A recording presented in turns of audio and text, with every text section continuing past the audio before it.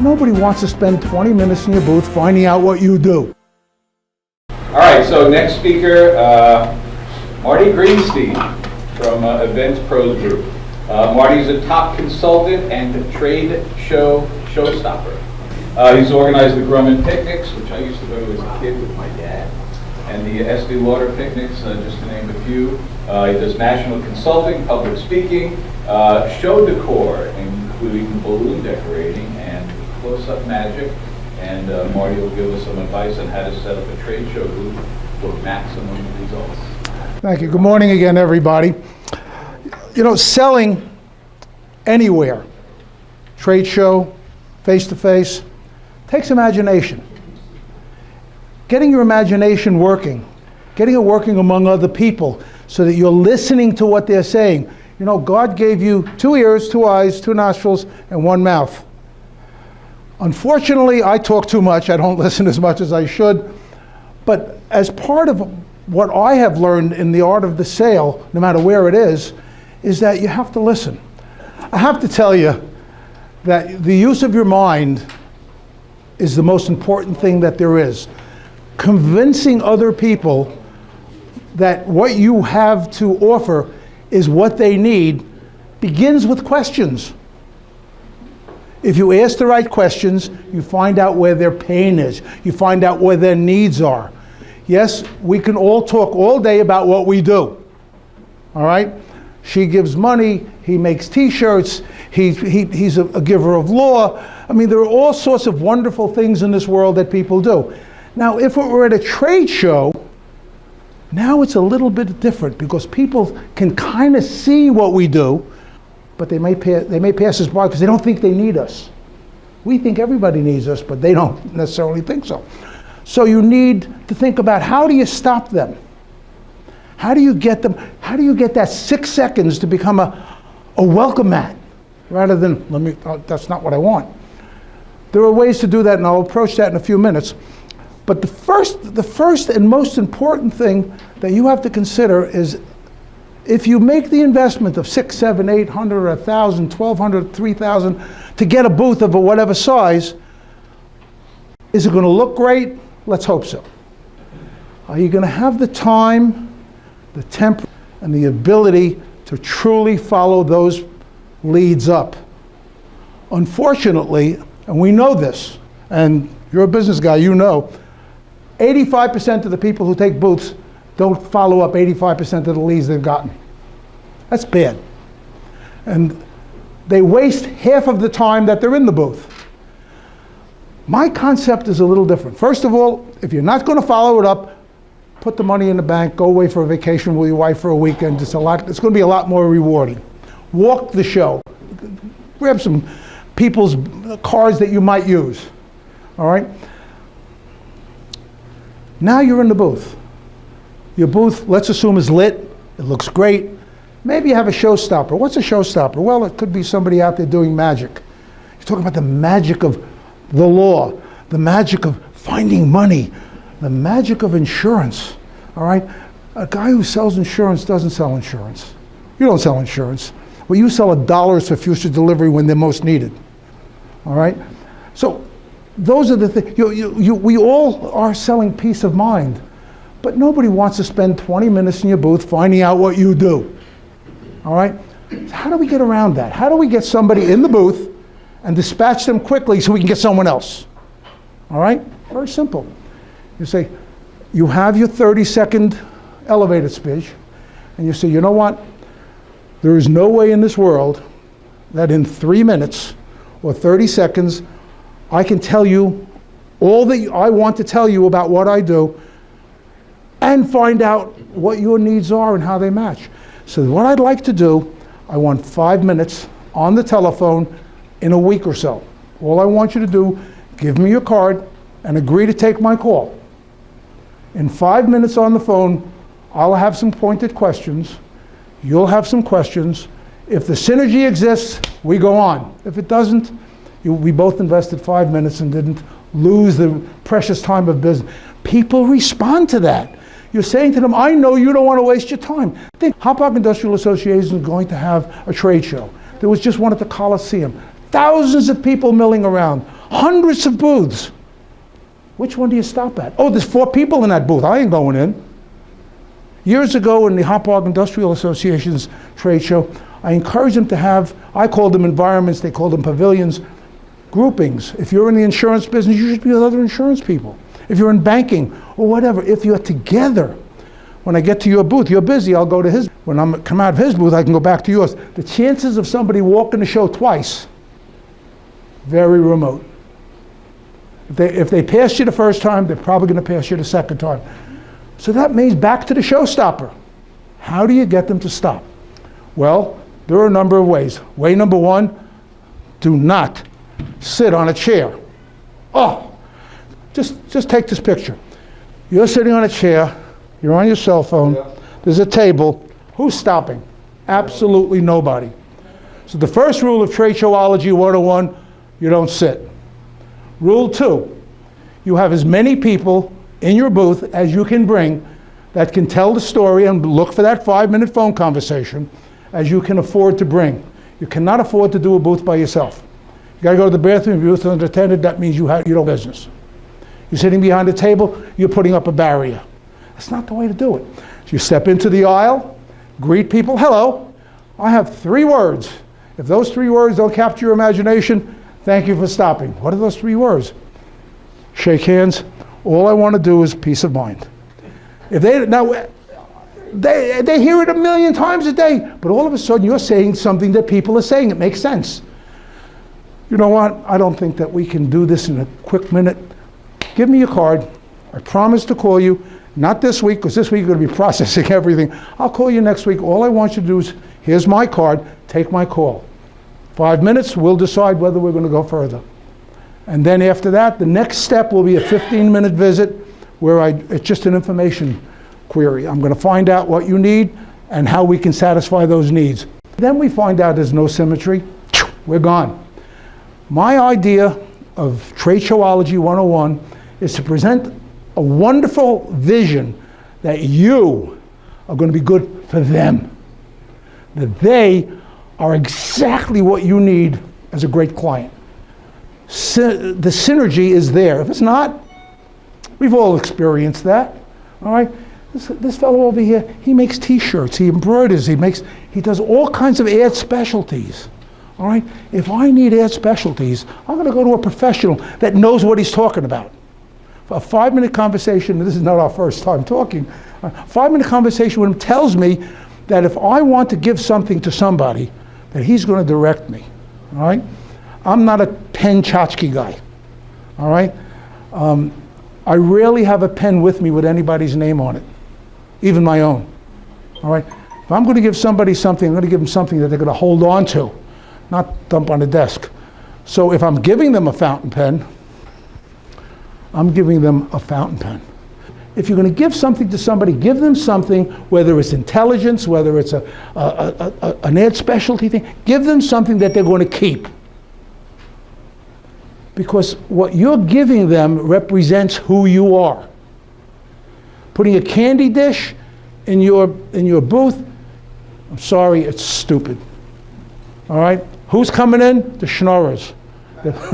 You all know what schnorrers are, the people who take a handful of candy. All right?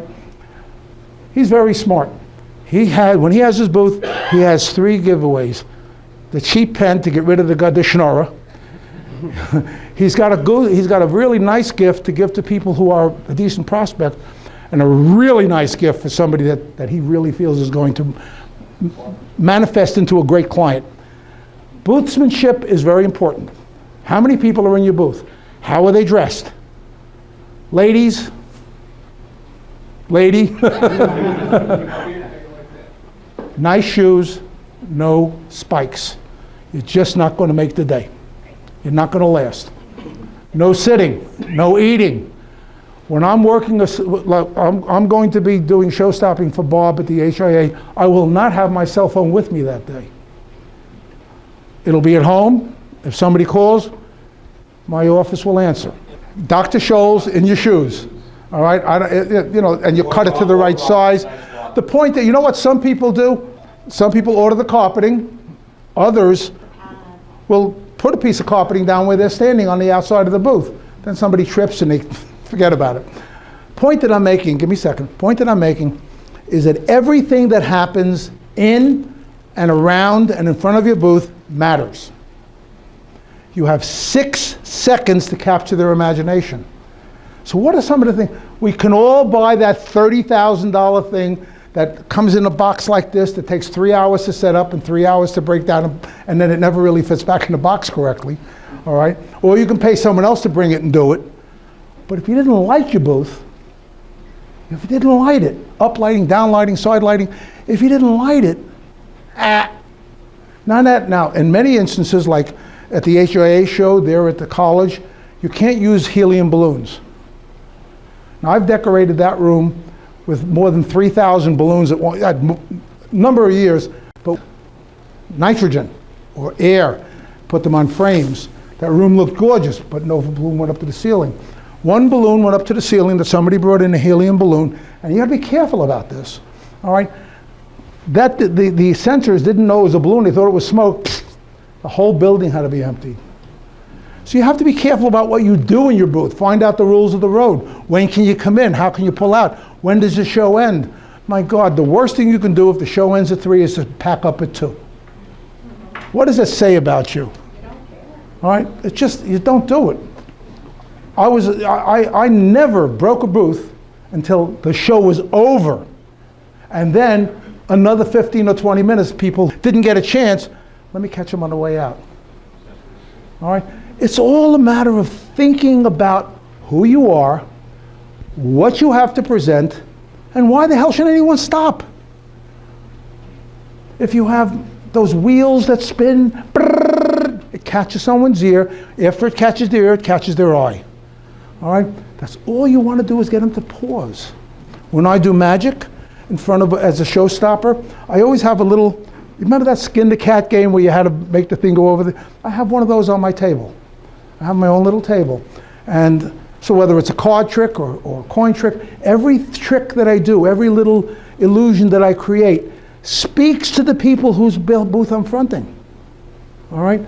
That they make choices. I may take out a deck of cards and say, using them is the best choice. Do you make good choices? Do you play cards? Sure. What's the best card in the deck? Ace. Okay.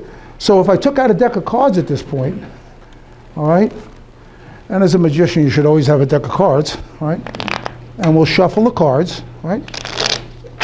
Which word do you like better, now or stop? Stop. So you want me to stop? Say now. Stop. Before I finish the deck. See, now, that's very important. I went quicker than he did. I wanted that laugh. I wanted that piece of humor. I wanted everybody to feel good. Now, let's do it right. No. Now, take this card at random. I don't know what you picked. Pick it out. Show it to everybody. I don't want to see it. Ace of spades. All right? Put the ace of spades back. All right? I got a better idea. You shuffle the deck. Would that make it fair if I let him shuffle the deck? Absolutely. All right? So you shuffle the deck, and we'll be very fair this time. See, the magic of sharing. I use magic in my selling. I use magic in my talking. Because when you do that, you're going to convince people that there really is magic in this world. All right? You ready? Here we go. No way this is going to happen again, except that you're good. Yeah. No. Show them the ace of spades. Worked. So what am I saying? What? I don't know what I'm saying. The point that I'm making is simple. I captured your imagination, I involved you in what I was doing, and I hopefully made a friend. Sure. All right? People believe in magic, they really do. And even though they don't think they need it, they all want it, they all love it, but, oh no, I'm an adult. Are you kidding? Siegfried and Roy is $400 a ticket. And you don't even get to see Roy all the time. Let me spin this the other way for a moment. What do you do when a schnorrer comes in your booth? Everybody knows what a schnorrer is? They're looking for those free giveaways. They take all the paper, they pick it up, they roll it up. That's what they keep warm in the winter. They put it in the fireplace. There are others that read all of your material, read every page, and they're looking for key phrases that they can use to market their products and services. How do you dispatch the people that come in to sell you? I feel that what he did is what we'd all like to do, but with all due respect, it's the wrong thing to do. No, it feels good. Sometimes what feels good isn't good. What I recommend is very similar. You want to dispatch them, but you want somebody leaving your booth with a smile. Somebody that leaves that think they had a win. So I take the card and I say, you know what? That sounds kind of interesting. Would you do me a favor, take my card, call me in 3 weeks. I want to follow up all the people who want to do business, on my end. Call me in 3 weeks and we'll have a conversation. Now I have somebody in and out of my booth in under a minute, and they're leaving with a smile. They're going to say nice things about, hey, that guy's he's nice. Not he's a pain in the, or he's a kvetch. Everybody knows what a kvetch is, right? You want people coming into your booth and smiling. You want them listening to what you have to say. You want them leaving happy. Leaving that there's going to be a future to the fact. They made an investment of 1 to 2 or 3 minutes, and that investment may pay off. If you spoke to Mark, all right, and in 30 seconds you know that this guy can help you if you have, well, I don't think there's anything in this world called a problem. There are opportunities to succeed. All right? And you know what? I heard that when I was a very young salesman. I was 21 years old, and I heard it at a seminar.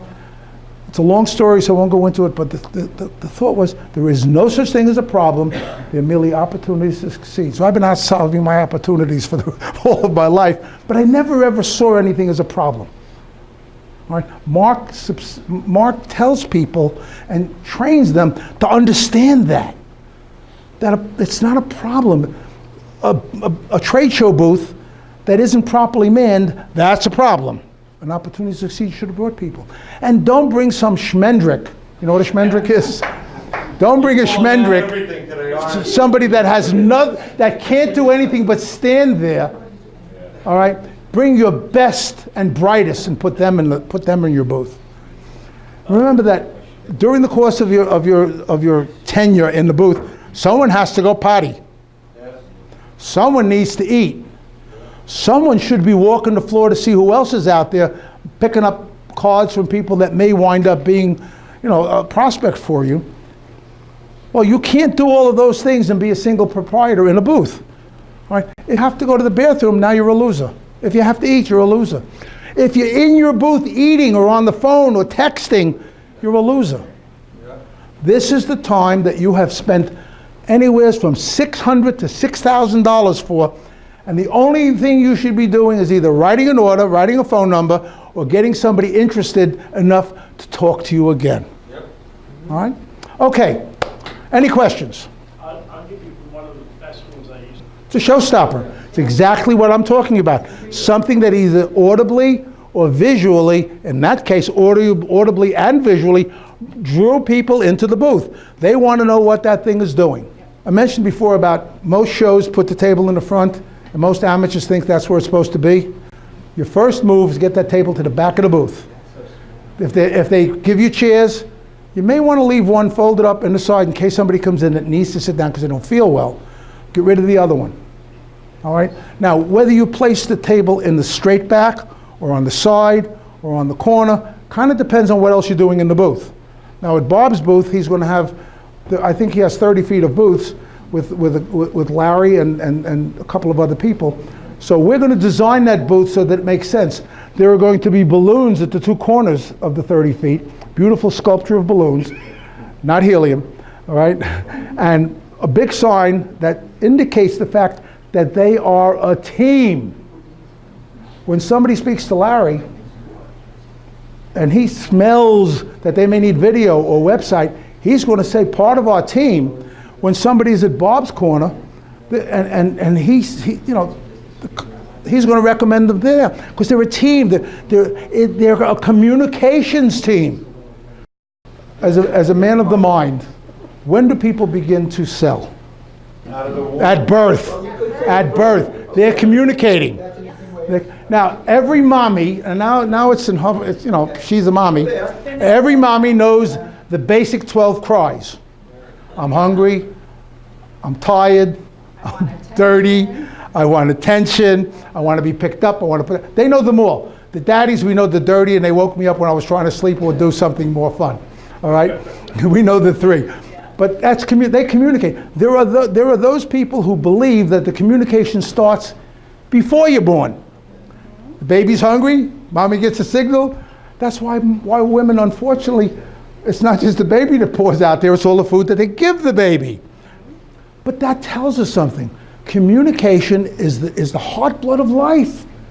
And certainly when you're selling, communication is the heart blood of every sale. Where does that sale begin? The minute you're in the view. No, in your ears, in your eyes, sometimes in your nose. All right? A good salesman in a very well thought out event booth has 2 or 3 or 4 questions that they're going to ask anybody that comes into the booth that will position them to get the right answer, to get the pain. Again, we're only selling that 5-minute conversation. Sometimes they want a little more. Ask those 3 or 4 questions, all right? A business opportunity is going to be presented to you next week. Do you have the financial wherewithal to do that? Or do you know where to get it? That's a good question for you. Excellent. All right? As you grow your business, all right, have you had the opportunity to discuss the growth of that business with an accountant or an attorney to make sure that you're making the right, you're taking in a partner? Do you have a buy and sell agreement? All these things, it's communication. Thank you so much for your time. It was a pleasure visiting with you guys.